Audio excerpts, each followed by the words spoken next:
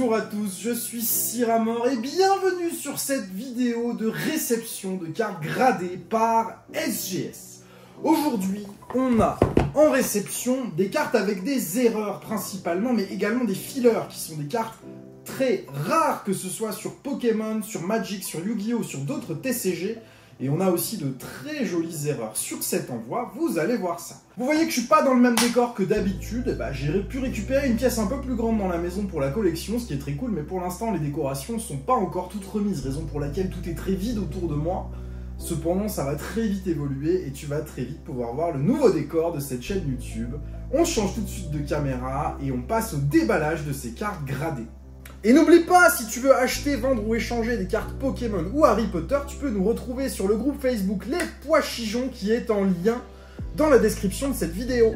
Allez, c'est parti, regarde les petites boîtes. Oh, je vise pas la caméra, qu'est-ce qui se passe? Les petites boîtes SGS, on va les péter directement. Eh oui, j'ai un beau setup, tiens, regarde. J'ai même pas mis la light. Hop là, est-ce que c'est pas joli ça? Ah, je me suis fait un petit kiff, petite webcam, petit truc, voilà. On essaye, on se met bien, on va la tourner un petit peu comme ça, et c'est parti, on va pouvoir découvrir les notes qu'on a. Est-ce que je suis bien centré? Ça va pas l'air trop mal pour un essai, ça. Allez, on va... ouais, qu'à tousser partout. On va se dépioter ça. Hop là. Alors voilà nos petites cartes de la première boîte, voici nos petites cartes de la seconde boîtasse. Hop. Il n'y a que des erreurs, il n'y a aucune carte standard sur cet envoi, j'ai vraiment voulu faire un envoi SGS avec que du misprint, du miscut, ce genre de choses. Et on a encore un petit sachet, je sais pas si ça contient d'autres cartes ou si ce sont les protections de celle-ci. Je pense que c'est les petites sleeves qui vont avec. Si j'ai bonne mémoire, la dernière fois, c'était comme ça que tu avais fait, SGS. Vache, l'enveloppe, elle est bien scellée, là. Hein.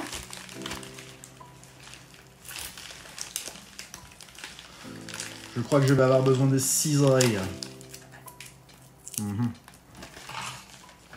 Ça sert à rien de lutter.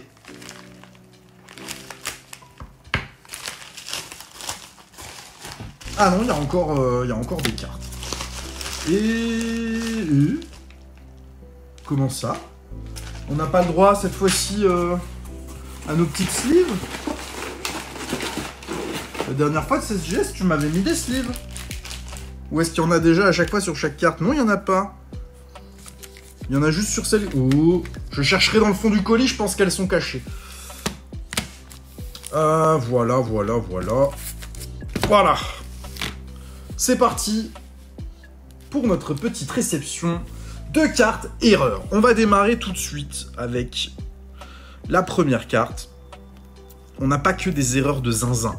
On a un petit Mustéboué ici. Les autocollants, je vais les coller comme ça. Qui a eu la note de 9. Bon, c'est simplement un miscut. Voilà, la carte, elle a rien de particulier en dehors de ça. Elle est extrêmement mal coupée. C'est pareil des deux côtés, donc pas de surprise, ça prend un miscut. Et elle prend la note de 9, ce qui me va bien. On passe tout de suite sur une erreur un petit peu plus cossue. Ce petit Fantominus, tu vois, il a des bords un peu blanchis. Et non, ce n'est pas dû au soleil, c'est pas du Sunfade. Vous allez voir comment a été appelée l'erreur par SGS. Insufficient Yellow Ink. Faudra que je nettoie les boîtiers parce que là, avec la colle dessus et sans les sleeves, ça fait un peu dégueu les petites traces de colle là. Fantominus Insufficient Yellow Ink, donc elle a 8. Elle est bien considérée comme un misprint. Et bah tu vois, hein, on n'en demande pas plus. C'est tout ce qu'on veut sur ce petit Fantominus. C'est parfait. Ah, on passe à un joli filler. Un Black Border. Mais ce n'est pas du Pokémon. C'est Legend of the Five Rings. Oh lolo. J'ai comme l'impression qu'on a un petit problème avec l'étiquette là. Oh sérieux les gars, ça c'est pas cool hein. Ni vu ni connu ou quoi? Non, bah non, là c'est mort. Celle-là, SGS, je pense qu'on va se contacter pour que je vous la renvoie et qu'on remette l'étiquette un petit peu correctement dedans, parce que là, elle est pas tout à fait droite. Hein? Un peu bof. Elle a eu 6 cette carte, ce qui est plutôt normal, hein. C'est des cartes qui n'étaient pas conservées dans des états de zinzin. Allez, on change, on passe à une petite carte Yu-Gi-Oh! Masque des Ténèbres, elle est miscut. Minor miscut, effectivement, c'est précisé dessus, et c'est très juste, puisqu'on voit encore un petit peu le bas de la carte. J'essaie de te le montrer correctement à la caméra, si le focus veut bien se faire. Voilà, le bord du haut est bien plus large que le bord du bas, mais tout de même, on voit encore le bord du bas, donc c'est une erreur mineure. Elle a eu 7. À nouveau, c'est pas une carte qui est dans un état 9, donc le 7 me correspond, ça me va bien. Je suis pas déçu d'avoir cette note-là. Suivante, qu'est-ce qu'on a? Black Border Filler, à nouveau, mais c'est le greenback. Tout à l'heure, c'était le blackback. On avait un dos noir, cette fois-ci, on a un dos vert. Il y a plusieurs dos sur Legend of the Five Rings, et on a eu 7 sur ce greenback, considéré comme excellent. Effectivement, il n'y a pas d'erreur. Tout à l'heure, on a eu 6, un very good. Bon, on est passé à un excellent, c'est un petit peu mieux. Ok, ça c'est cool. On passe à la suivante, on a Dragon à 3 cornes Yu-Gi-Oh! Ça, c'est les 25 ans de Legend of the Blue Eyes White Dragon, Légende du dragon blanc aux yeux bleus, et tu vois le nom qui est misprint. Alors, comment l'ont-ils appelé sur l'étiquette? C'est ça qui m'intéresse. Un misprint, texture error, incomplete title. C'est absolument parfait. 9,5, très bonne note pour ce petit dragon à 3 cornes. L'erreur est juste. Là, c'est absolument top sur cette carte. On est très content. Petite erreur sur une secrète que j'ai sortie de booster pour une fois. C'est pas une carte que j'ai achetée, c'en est une que j'ai bien eue. Ça sent mauvais pour celle-ci. RIP. J'aime bien vos petites étiquettes. C'est très drôle. Il y en a une qui me fait rire. Ça sent le 10. Je sais plus comment c'est noté. Bref. 8 Near Mint pour ce petit filler. Magic, le discard. Bon, c'est le filler le plus commun sur Magic, celui-ci. Il est vraiment, vraiment pas rare. On en trouve aisément en loose. Donc j'en ai fait grader quelques-uns. Le petit couac que tu voyais, c'était bien sur le boîtier et non sur la carte. 8 Near Mint, parfait. On en a envoyé 5 de ces fillers qui sont pas à la suite d'ailleurs. Bon, le second, quelle note a eu? 9,5. 5 en surface 5 en surface.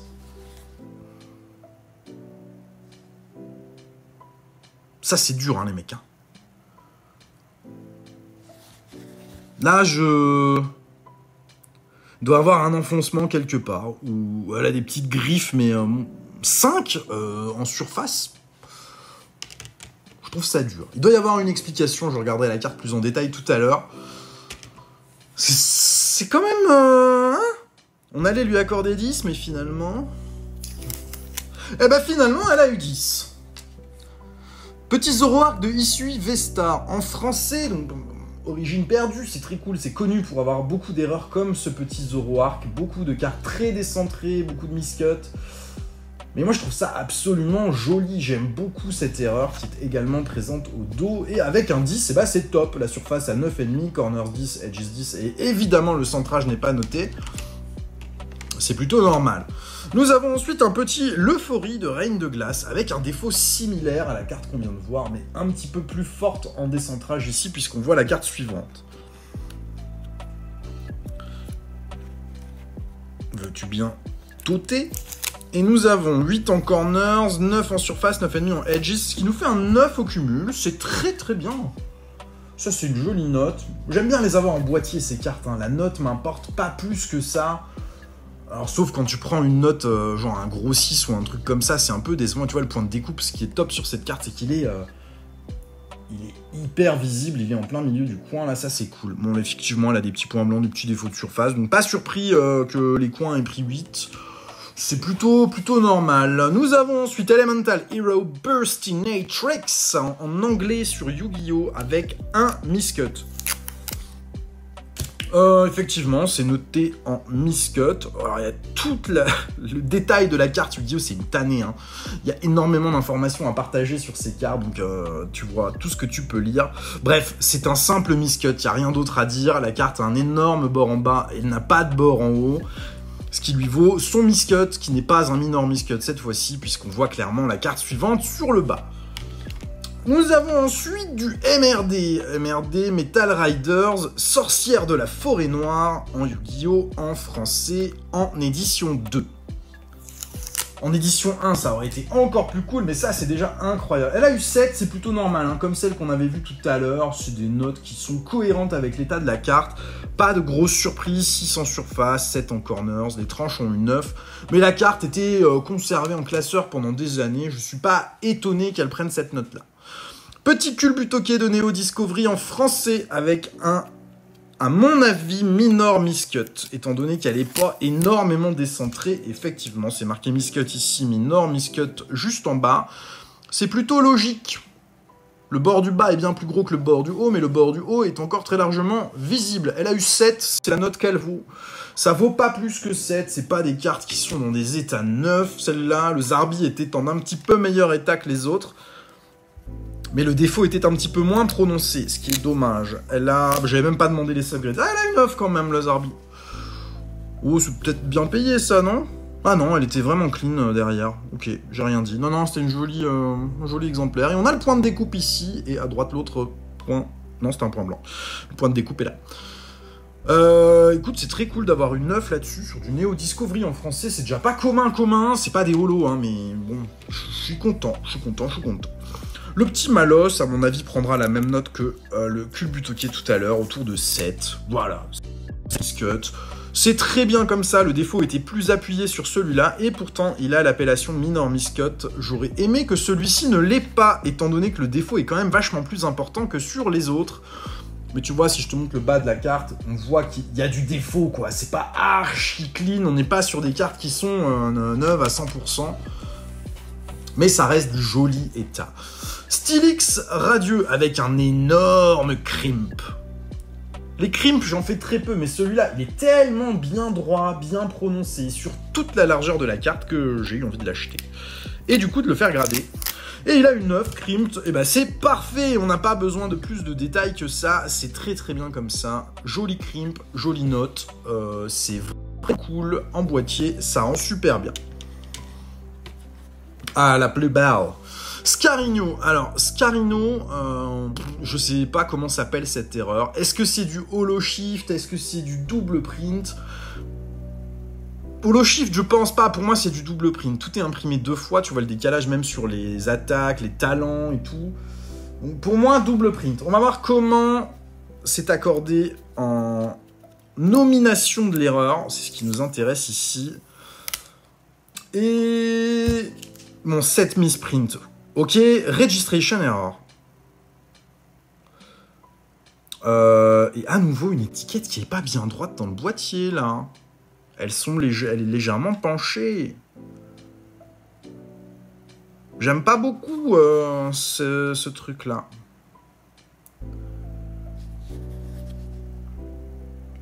Registration error.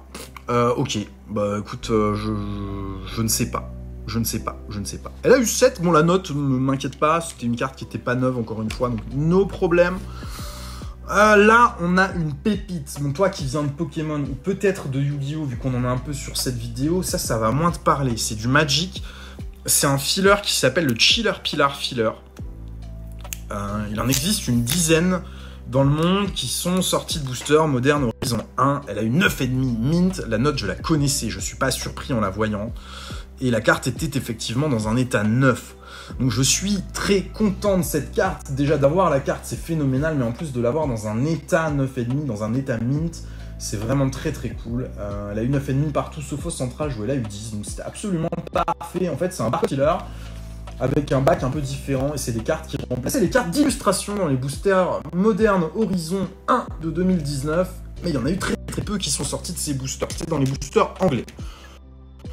Ensuite, on a le petit Blank Filler Pokémon. Celui-là est très joli, je l'aime bien. La carte, tu vois, elle est dans un état qu'on pourrait qualifier presque de croûte, quoi. Il y a du blanchiment là. Enfin, elle est pas belle en état, mais le front est dans un bon état. Il n'y a pas de défaut sur le front, et ça, c'est pour mettre en vitrine, pour afficher.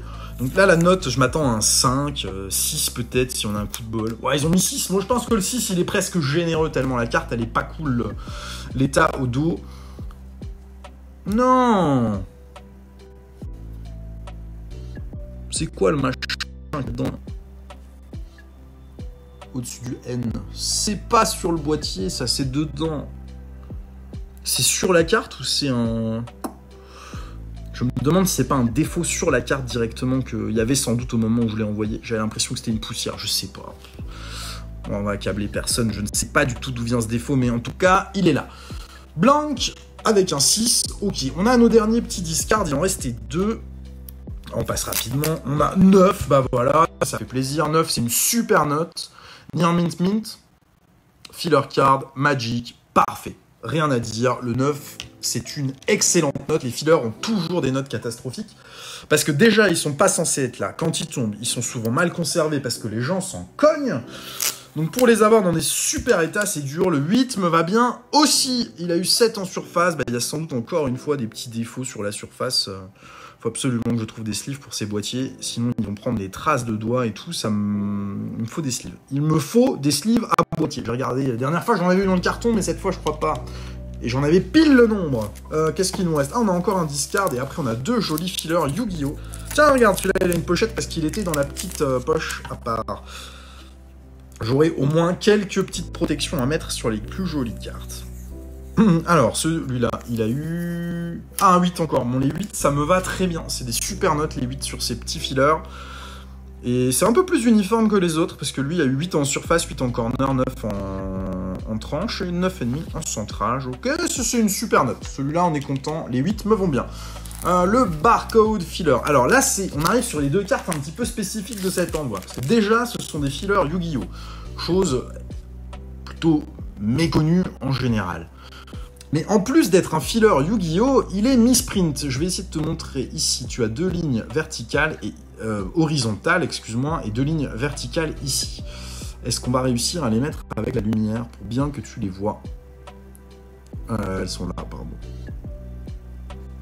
C'est pas évident à bien mettre en lumière sur la vidéo. À l'œil, je les vois très bien. Le point de centrage est là, et tu as une ligne horizontale et une ligne verticale qui partent de là. Ah là, attends. Tu vois la petite croix que ça fait là? Bon, ça c'est du défaut. Le point de découpe de la carte, il est censé être sur les coins. On doit trouver ça autour de la carte et ce qui sert à donner l'indication pour la couper. Et là, il est pas au bon endroit. Donc ça, c'est un misprint. Et nous avons ici Barcode Filler Card de Toon Chaos de 2020, misprint. Évidemment, c'est bien noté. Crop Mark Error, il a 9. Donc la note est carrément cool. Il se promène dans le... Qu'est-ce que... C'est moi qui vrille ou quoi, là?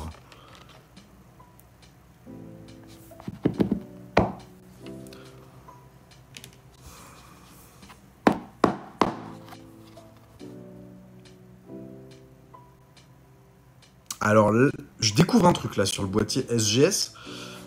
Peut-être parce que c'est du Yu-Gi-Oh! Mais la carte se promène dans le boîtier, quoi.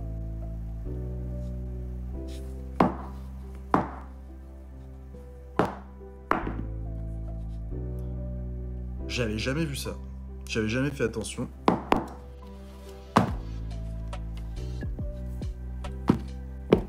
J'aurais bien aimé la mettre centrée dedans. Ah, c'est un peu mieux là, voilà. À peu près centré. Bon, je n'ai jamais fait attention à ce détail. Écoute, c'est plutôt bonne note, plutôt cool. Le misprint apparaît bien sur le détail, donc ça, c'est très sympa. Ensuite, le CMYK, le nom de ce filler. CMYK, effectivement, pour cyan, magenta, yellow et le K, je sais plus à quoi il correspond. Ah, il a pris 7 en surface et il a bien le holo stamp misprint, donc il a 8 en misprint, c'est parfait au niveau de la note. Pourquoi il a un misprint? Parce que regarde, ici, tu as le petit stamp qui explique que c'est censé être une carte holographique de Yu-Gi-Oh! Et bah vois-tu, le stamp, il est à peine imprimé sur une toute petite surface, alors qu'il doit être normalement la totalité du petit carré habituel de ces stamps que tu as sur les cartes Yu-Gi-Oh! Ici, il n'y est pas. Et du coup, ça fait un très joli filler à ajouter dans la collection. Je suis très content d'avoir ce filler Yu-Gi-Oh! Et voilà qui clôture cet envoi SGS. J'ai juste un doute là sur la carte qui avait le petit étiquette qui était un petit peu penché. Je vais contacter SGS pour la faire remboîter sur le prochain envoi, celle-là, parce que c'est pas très joli d'avoir l'étiquette qui se pète à moitié la gueule. Sur le reste, je suis très content des notes. Très content également des cartes qu'on a eues. Tiens, je tente un truc en même temps, parce que tu vois, j'essaye en même temps un logiciel, là, et je me déplace en même temps sur l'écran. Je sais pas si ça marchera, mais on essaie. On va voir. Donc ouais, très content des notes, très content des cartes. Après, les notes, elles n'avaient pas vraiment d'importance, comme je te l'ai dit, à part les quelques 6 qui sont toujours un peu durs à vivre quand t'as l'impression d'avoir une carte sortie de booster, mais bon, je les ai pas non plus inspectés de fou avant de les envoyer, et je voulais les avoir en boîtier. Donc je suis content de cet envoi chez SGS. Faut juste corriger cette histoire d'étiquette qui est mise pincée dans le boîtier, là, ça c'est pas cool, c'est pas joli. Donc il va falloir remplacer ce petit boîtier, je vais voir ça directement avec eux. Et n'hésite pas à me dire ce que tu en penses en commentaire de ces misprint, miscut et compagnie. J'en ai encore à envoyer chez SGS, je vais continuer d'envoyer chez eux pour ces cartes-là. Parce que je suis content du résultat et c'est très détaillé sur l'étiquette, le détail des erreurs. Je trouve ça très très bien foutu. Merci d'avoir suivi cette vidéo, je te souhaite une très bonne journée. À bientôt, au revoir.